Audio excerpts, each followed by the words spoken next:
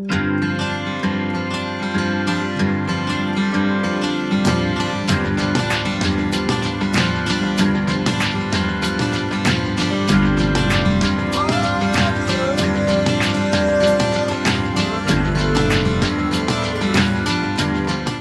are incredibly proud of everything you all have been doing, so enjoy this moment, and don't be nervous.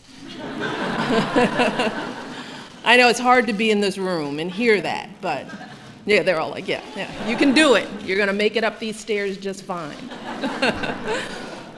And I have to tell you, someone who lives in a museum and whose husband will soon be opening a library himself, as you all have heard, I've been thinking a lot about what you all do. And I've celebrated this event with you a number of times over the years, and altogether since 2009, IMLS has recognized 80 museums and libraries in 32 states. And as we honor your accomplishments today during my family's last year in the White House, when we're just beginning to reflect back on our time here, I am struck by how important your work has been for so many of our efforts these past 7.5 years.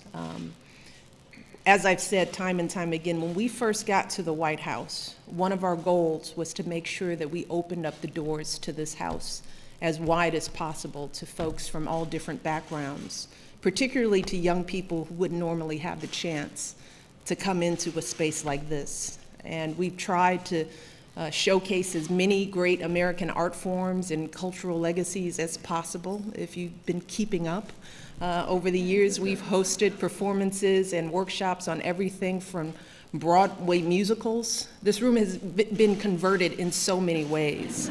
We've had a Broadway stage here with kids and performers singing and dancing, everything to jazz and country music to spoken word poetry. Not just Hamilton, yes, they performed right here, but other spoken word artists as well. And the fact is that your work and the work of libraries and museums across the country has actually helped make so many of these events possible, whether you understand how you've done that or not. Time and time again, it's our nation's libraries and museums who've sparked the imaginations and encouraged the interest of so many of our nation's most accomplished authors and performers. And I'm thinking of the great writers who basically took up residence in their library when they were growing up, or the great artists who were inspired by an amazing exhibit they saw when they were a kid. And this isn't just true for the kinds of folks who perform at the White House. We've heard this from so many people whose lives have been affected by a great book or a powerful piece of art, mine included, that has transformed the way they see the world and the way they see themselves. That's how we know that in so many communities, our libraries and museums don't just preserve and promote our cultural treasures, they also enrich and enlarge our lives. And that's really one of the most powerful things that you all do each and every day. This year's incredible awardees are a testament to that truth. Just take the example of Lynn Meadows Discovery Center for Children in Gulfport, Mississippi. I understand that when local leaders and community members came together almost 20 years ago to create their state's very first children's museum, they were determined to directly engage every kid and family in the region. So they restored a vacant school building. And after they opened the exhibits, they also set up summer acting camps and music workshops and family cooking classes and anything that would bring the community in. And when Hurricane Katrina washed away the entire first floor, they didn't get discouraged because they knew that their community needed them more than ever. Instead, they rolled up their sleeves and they cleaned up the damage and reopened, even more determined to carry out that mission. And if you want to know the kind of impact they're having on young people in their community, I just want you to consider the story of a young man who I just met briefly, Brandon Spann. Brandon, where are you? Oh, there you are. You're right before my very eyes. The handsome young Brandon first showed up to the Discovery Center as part of a summer Boys and Girls Club program. And he was a shy, I understand, sixth grader who wasn't that excited about school at the time. But then they got him on stage, and everything changed. All of a sudden, you couldn't help but notice Brandon, because he was a star in the theater. I wish you were performing today, but we're not gonna force you to do that. And then he turned that stardom into being a star in the classroom too. And last week, Brandon became the first member of his family to graduate from high school. Congratulations.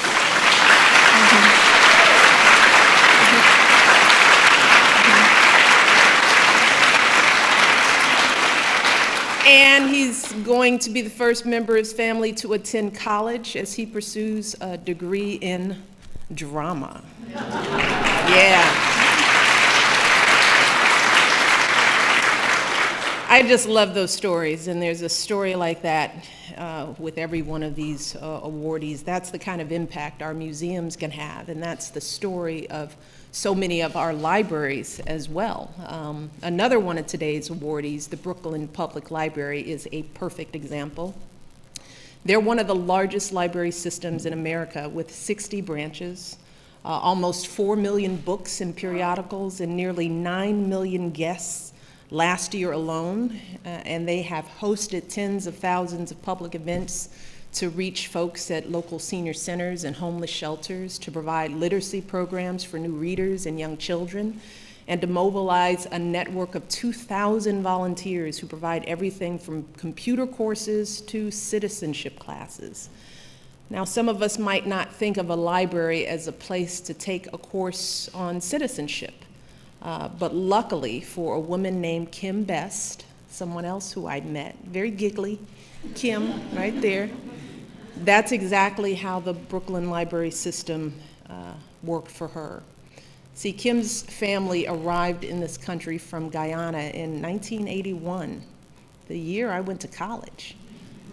But it took over 30 years for her to realize that even after her mother was naturalized, Kim wasn't a citizen herself. Fortunately, Kim had grown up in the Brooklyn Public Library System, so as soon as she found out they offered classes, she signed right up. She spent weeks drilling the questions with her teacher and classmates, and last October, Kim became one of our newest Americans, and she is here with us today, proudly. Beautiful. Kim is also the mother of a 10-year-old son named Ibrahim, who wants to be an engineer when he grows up, I understand. And Kim knows that he can't achieve that because these are her words. This is what she said. She said, "I know the library is here for him, just like it's always been there for me." Good stuff. Day after day, year after year, our nation's libraries and museums are here for our communities, and at the end of the day, you all don't measure your impact by the number of books on your shelves or pieces in your exhibits, but by the young people you inspire, the lives you transform, and the impact you have every single day on your communities. So, to all of our awardees here today, and to libraries and museums across the country, I again, and for the last time in this official role, I thank you all. I thank you all so very much for everything you do. I am proud of you all individually. I'm proud of the work that these institutions do in our country. And I can't wait to see everything else you continue to achieve in the years ahead. So don't get tired. We need you working. So with that, let's get to the awards. Thank you all so much, and God bless. Recent college graduate Christian Hopkins found his direction at Tamaqua Museum. Growing up, he worked as a docent, attended classes, tutored youth, and became heavily involved in the Narragansett performance art forms, including flute, drums, and dance. Christian was empowered by the educational programming and cultural dialogue the museum offered. Learning about his Narragansett culture and getting involved inspired him to embrace his identity as a member of the tribe. He credits the museum for helping him find acceptance and pride in his cultural heritage and helping him to flourish.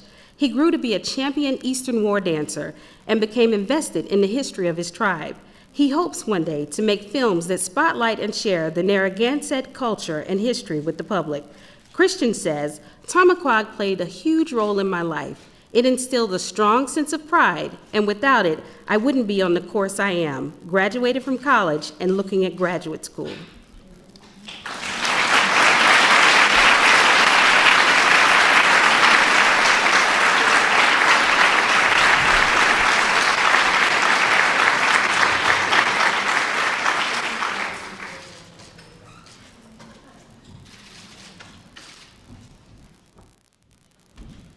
Well, I think that's all we have.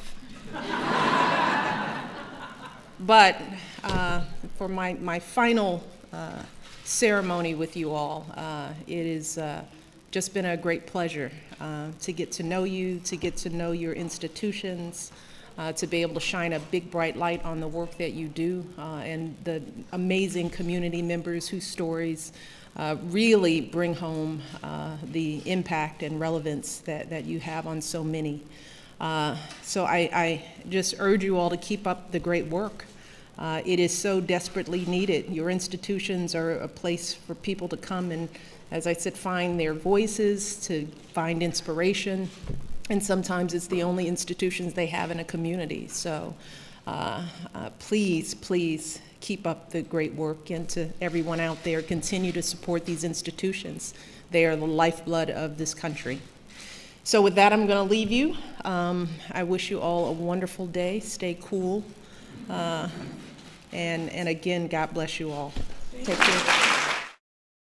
Support this and other great podcast content at our Patreon page, www.patreon.com/Artways. Tamaquag Arts programs are sponsored by the Rhode Island State Council on the Arts. Investment in arts and culture. Music presented by Eagle and Hawk. www.eagleandhawk.com.